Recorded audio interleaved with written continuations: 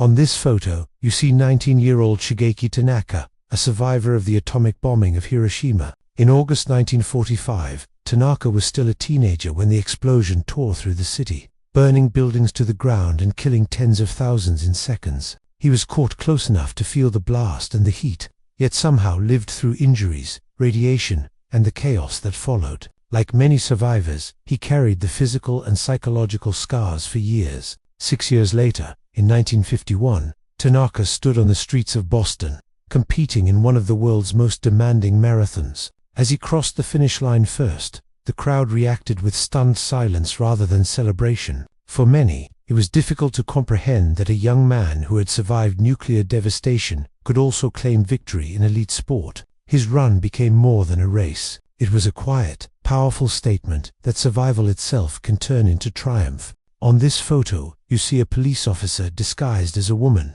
quietly standing behind a ticket booth in a metro station in 1970.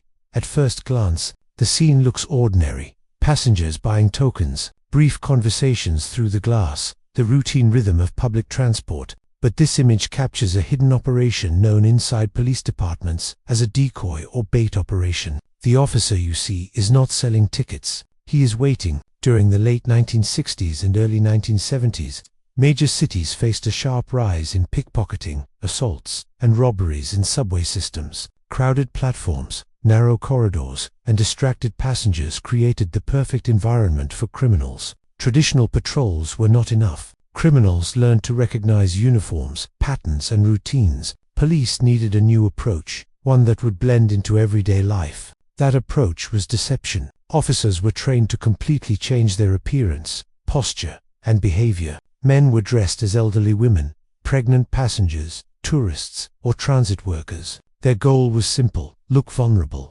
Criminals often targeted people they believed would not fight back or attract attention. By disguising themselves, officers turned that assumption into a trap. In this specific case, the officer was stationed at a token booth, a location known for theft and harassment. Criminals often lingered near ticket windows, watching distracted commuters handle money or search through bags. The officer adopted the mannerisms, clothing, and even facial expressions expected of a female metro employee at the time. Makeup, wigs, and tailored uniforms were carefully chosen to withstand close inspection. The danger was real. These officers worked alone, often without immediate backup nearby. If a suspect became violent, the disguise could delay recognition and assistance. Many officers carried concealed weapons or relied on hand signals to alert nearby colleagues. One mistake, one slip in character, could expose the operation and put the officer's life at risk. These decoy operations were surprisingly effective. Pickpockets and robbers, believing they had found an easy target, would act openly. The moment a crime was attempted, the officer would reveal their identity, restrain the suspect, and signal for arrest, teams waiting out of sight. News of such arrests spread quickly through criminal networks, creating fear and uncertainty. Anyone could be a cop. Anyone could be bait. The photograph freezes that tension in time. The calm faces of commuters contrast sharply with the hidden purpose of the scene. No one in line knows that a crime is expected. No one realizes that the person behind the glass is part of a carefully planned operation. This image is not just about disguise. It represents a turning point in urban policing, where psychology became as important as force. It shows how far authorities were willing to go to regain control of public spaces and protect ordinary citizens. Behind the ordinary routine of buying a ticket, a silent game of deception was already underway. On this photo, you see American auto workers in 1983 violently smashing a Toyota car with sledgehammers. At the center of the image, men stand on the crushed metal, striking again and again, while a crowd watches in approval. A sign attached to the destroyed vehicle reads, UAW says, "If you sell in America, build in America." This was not random vandalism. It was a political statement, a protest fueled by fear, anger, and economic desperation. In the early 1980s, the American auto industry was in crisis. Factories in Detroit, Ohio, and Michigan were closing at an alarming rate. Tens of thousands of workers lost their jobs as U.S. car makers struggled with rising fuel prices, outdated production methods, and declining quality. At the same time, Japanese manufacturers like Toyota and Honda were rapidly gaining market share in the United States. Their cars were cheaper, more fuel efficient, and often more reliable. To many American workers, these foreign cars became symbols of lost livelihoods. The United Auto Workers Union, known as the UAW, organized demonstrations across the country. The message was clear. Foreign automakers were flooding the American market while American workers paid the price. Smashing Japanese cars became a form of protest theater, designed to attract cameras and send a blunt message to politicians and corporations. The car in this photo was not chosen by accident. Toyota represented everything the protesters feared. Efficiency, globalization, and competition they felt they could not survive. What makes the image unsettling is the raw emotion on display. These are not criminals or rioters. They are fathers, sons, and factory workers who once held stable, well-paid jobs. Many had spent decades on assembly lines, believing those jobs would last a lifetime. Now they were watching entire communities collapse. Homes were foreclosed. Small businesses shut down. Pride turned into rage. The protest also reflected a deeper shift in the global economy. Manufacturing was no longer confined by national borders. Companies could build cars where labor was cheaper and processes were more efficient. American unions, once among the most powerful in the world, suddenly found themselves fighting forces they could not easily stop. Smashing a car did not stop globalization, but it gave workers a momentary sense of control. Ironically, within a few years, Japanese automakers would begin building factories in the United States, employing American workers in states like Kentucky and Ohio. The demand on the sign would partially come true. But in 1983, that future was not visible. All that existed was anger, fear, and the sound of metal breaking under heavy blows. This photograph captures a turning point. It is not just about a destroyed car. It is about the collapse of an old promise. That hard work in America guaranteed security. In the twisted metal lies the frustration of a generation watching its world change faster than it could adapt. On this photo, you see an early aluminum diving suit created in 1911, standing beside the man who worked with it.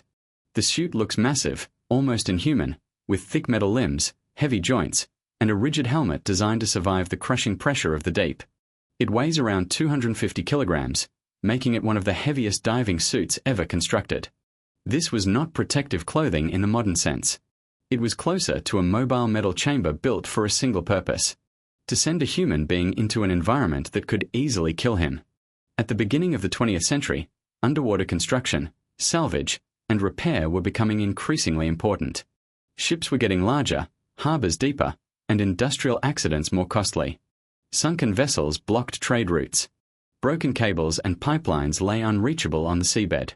Divers were needed, but technology was primitive. Breathing apparatuses were unreliable, and pressure sickness was poorly understood.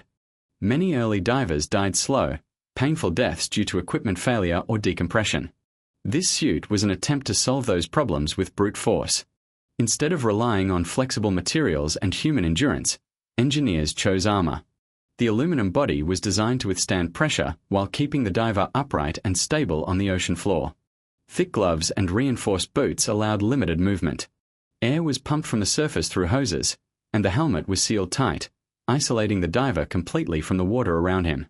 But the protection came at a terrible cost. Mobility was extremely limited. Walking in this suit required enormous effort, even on land. Underwater, every step was slow and dangerous. If the diver fell, getting back up could be nearly impossible. If the air supply failed, there was no quick escape. The suit could not be removed underwater. The diver was trapped inside his own armor. The man standing next to the suit reminds us that this was not a museum piece when the photo was taken. It was working equipment. Real people entered this metal shell and descended into dark, cold depths with almost no margin for error. Each dive was an experiment. Engineers observed what broke, what leaked, and what nearly killed the wearer. Progress was paid for in fear and risk. Despite its flaws, suits like this pushed diving technology forward. They proved that humans could operate under extreme pressure for extended periods. Lessons learned from these early designs influenced later developments in diving bells, atmospheric suits, and eventually modern deep-sea exploration equipment. What looks crude and terrifying today was once cutting-edge engineering. This photograph captures a moment when human ambition outpaced safety. It shows how far people were willing to go to conquer environments never meant for them. The silent metal figure is a reminder that before sleek submarines and advanced materials, exploration was done with raw metal, courage, and a willingness to gamble with one's life. On this photo, you see Raquel Welch, one of the defining sex symbols of the 1970s, captured at the height of her cultural influence. Posed confidently in a short green dress, she sits on an ornate, Egyptian-style throne, blending glamour, mythology, and fantasy into a single image. This was more than a photo shoot. It was a carefully constructed statement about power, beauty, and control at a time when Hollywood was changing. By the late 1960s and early 1970s, Welch had become an international icon. Unlike many actresses before her, she was marketed not only as beautiful, but as dominant and self-possessed. Her image rejected the passive femininity of earlier decades. She did not appear fragile or submissive. She looked unapproachable, confident, and fully aware of the effect she had on the audience. The Egyptian symbolism was intentional. Ancient imagery suggested timelessness, authority, and divinity. Welch was not presented as a modern woman, but as something eternal, almost mythical. This aligned perfectly with the era's fascination with exoticism, ancient civilizations, and larger-than-life personalities. The message was clear. This was not just a star of the moment, but a figure meant to transcend it. At the same time, the photo reflects the contradictions of the era. While Welch was celebrated as a symbol of female empowerment, her image was still shaped by a male-dominated industry. She navigated that tension carefully, using control over her appearance as a form of leverage in Hollywood. This balance between objectification and authority is what made her image so powerful and enduring. This photograph is not just about beauty. It captures a moment when pop culture, sexuality, and power collided, turning Raquel Welch into a symbol of an entire decade.